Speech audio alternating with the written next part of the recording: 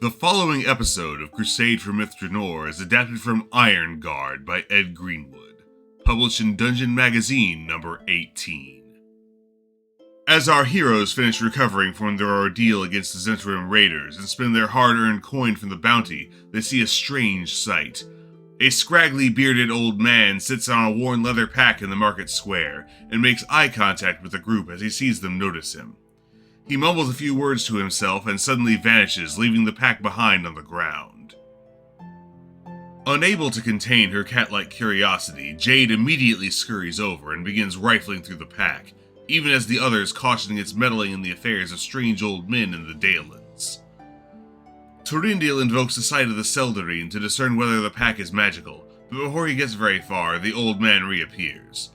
He swiftly pronounces a curse upon Jade for stealing his belongings.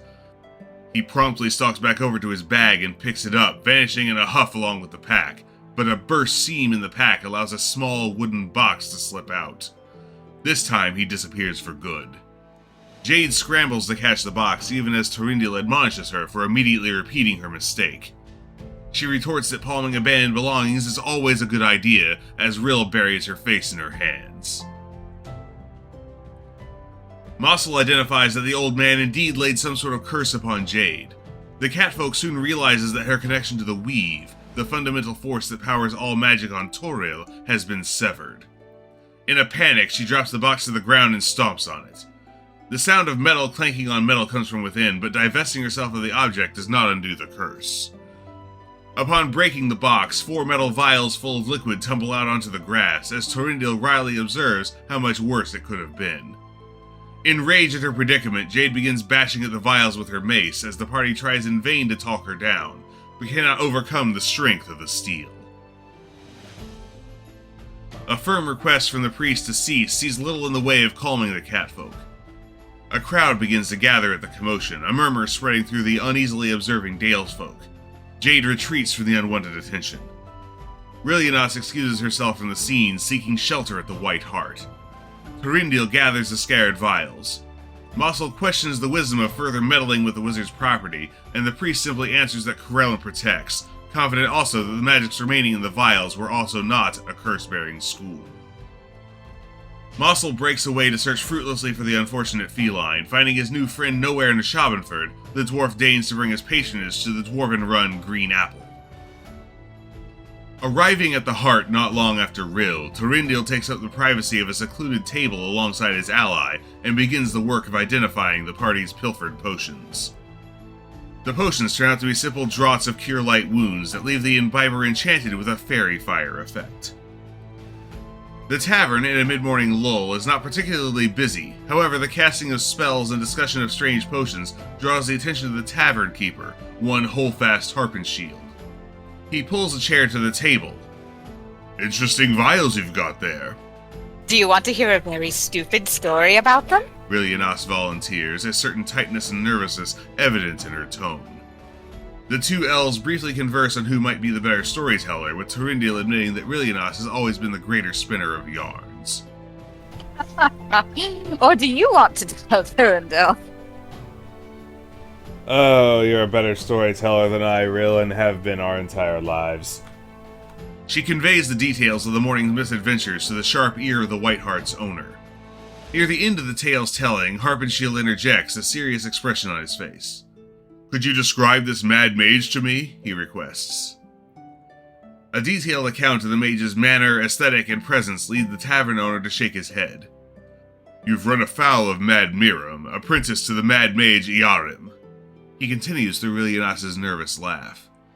"Known for his custom curses out of his laboratory Irongard at the Black Statue," Harpenshield continues, acknowledging the party's particular plight. Rilyanasse recognizes the name of the laboratory, a dangerous and failed magical research lab that was founded in the ruins of Myth Drannor, well after the city's fall. The one in Myth Drannor? She asks, hopeful she is wrong. Holdfast Harpenshield nods. "You'll have to take your friend into Irongard if you wish to have any chance of breaking her curse. And you'll need to watch out for Miram or any of Ilyarim's other apprentices. They're all quite mad. Incredibly powerful and incredibly unhinged." Túrendil observes that the damaged Mythal will impede a group of wizards as much as the party, if not more so. Their path clear before them, the two elves get up to go and find Jade. A quick search of the town finds Jade sulking in a poorly crafted disguise. Túrendil inquires as to what the mage did to the tabaxi, who answers that, "No, he took away part of my mind. The best way I can explain it, there's a hole there now, and I don't like it." Explaining best she can that she no longer understood magic. Rilyanasse prefaces her explanation of what must be done, that the party's new ally may not like what she must do to break the curse. We were told the likely solution might be. Have you ever heard of Irongard? That in short, she has crossed the apprentice of a mad wizard, and they must confront them in their laboratory in search of a cure. Túrendil adds that the lab lies in Myth Drannor, further complicating matters. This terse exchange is interrupted by the arrival of Massul, mug of ale in hand. Jade volunteers, sourly, that she is willing to venture there by herself. Rill advises against, countering that should the tabaxi take, in the future, further consideration of others' belongings. Jade refuses, insisting that she does as she feels, up to and including snatching food from a rabid wolf's mouth, volunteering to venture by herself to her doom. Túrendil interjects, Or, and hear me out, we go to Irongard and find your cure.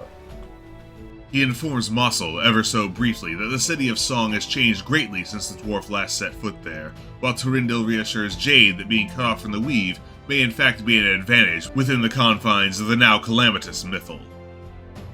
The four agree to set off first thing in the morning, but first Massul treats Jade to a good night of drinking to forget her woes. Rising the next morning and provisioning themselves, the four companions set out in the direction of the fallen city of Song.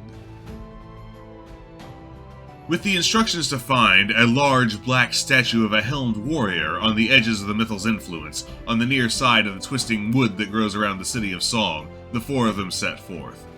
The overgrown and abandoned road, still readily findable, branches away from the Moonsea Ride, making the trek to the city of Song an easy one, even if the prospect of the accursed city and its legendary Mythal proved daunting. Perhaps by luck or fate, the four find Irongard shortly. The 12-foot-tall statue of a helmed warrior with a raised shield and broadsword stands upon a hill outside the city. The statue's features and blade are worn away. A heavy 11-foot square slab of the same black stone as the statue lays in the grass at the statue's feet. Massul investigates the grass and earth around the slab, noting that he has no memory of this monument from his time, confirming that it must have been built in the intervening years. However, he does recognize the black stone as a variety of black obsidian native to Anarok, the desert west of the Dales, which possesses some properties of magical resistance. Túrendil suspects from the construction of the monument that a secret passage of some sort must be hidden nearby. Taking time to more carefully examine the slab, Massul and Túrendil determine that it must have been moved in the past. Positioning themselves around the slab, the four grip it, and after some positioning, straining, and concerted effort manage to budge the ponderous stone, revealing a staircase spiraling downward. Jade examines the stairs for hazards and traps. Fairly certain they are safe, the spellthief descends, reflexively leaping to safety as one of the stairs seems to jump out from under her paws. Túrendil calls for the 10-foot pole to test these jumping stairs, however they seem to have a will of their own, appearing at first safe, then disappearing underfoot as our heroes attempt to descend, resulting in no worse than a couple of bruises from the twisting staircase. At the bottom of the staircase lies a chamber. An amber light shines from the hallway to the south of a large room. Floors, walls, and ceiling all clad in the same style of dressed black stone blocks. A massive, high-backed stone chair sits before the entrance of the corridor, a skeleton clad in rotting robes seated upon it. The corpse clutches a staff across its knees. Seeing this, Túrendil and Massul immediately ready their weapons. Túrendil cautiously approaches the skeleton, but it does not react. Backing off, the priest suggests not taking anything they don't need to in light of what happened in the streets of Ashabenford. Examining the stonework of the throne, Massul proclaims his near certainty that it can be moved aside. As he stands from his examination, however, a dagger flies from a hand-sized hole in the wall above Túrendil. Reacting quickly, the elf intercepts the flying blade with Nephilium as it speeds toward Massul. The blades clank together, the mithril of the sword chipping the common steel of the dagger. Massul steps away from the momentarily stalled construct and brings his hammer down in an overhead stroke, but he fails to connect with the tiny object and winds up smashing one of the flagstones of the floor. Jade rushes in, but the animate blade again deftly dodges her mace.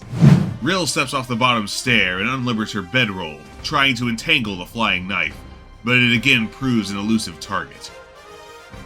Following up toward the dwarf, the knife tries to sink itself into him, but skitters off his armor. Túrendil follows up but fails to land a blow. Massul tries to gain space, but again fails to strike the elusive blade. Jade brings down her mace, but though the weapons clash together, she does no damage to the dagger. Rill fails again to catch it into her blanket, but then the dagger strikes at Massul again. The dagger comes out the worse for the exchange, though, as it blunts itself on the dwarf's breastplate. As it sits in the air vibrating from the hit, the party surrounds and subdues the flying blade. Rill wrestles it to the ground, wrapped in the bedroll, and flying into rage at his frustration, Massul delivers a final, crushing blow. Putting their shoulders into it, the party shifts the throne a foot to one side, revealing a cavity in the floor, containing 3 scroll cases made of bone. Massul also notes that on a coat rack against the west wall of the chamber sits a plain, unrusted metal helm amongst rotting robes and cloaks. Massul takes the helm, while Túrendil examines the contents of the scroll tubes, discerning one to be a scroll containing both the curse that afflicts Jade, as well as the incantation needed to remove it. Realizing this, the warpriest advocates retreating immediately, wary of staying within the bounds of the Mythal any longer than necessary, even if they are outside the city itself. Massul wants to explore, but the elves both agree that retreat with what they came for is the best option, and Jade wants to be rid of the curse as rapidly as possible. So by consensus, the group leaves the door at the end of the corridor unopened, the vaults of Irongard unplundered, and make a return to Ashabenford. Thus concludes Irongard, but the adventures of the Crusade for Myth Drannor are far from over. Join us next time as the party attempts to solve the mystery of a ghost on the outskirts of Ashabenford. Please like, share, and subscribe, and we'll see you for the next adventure.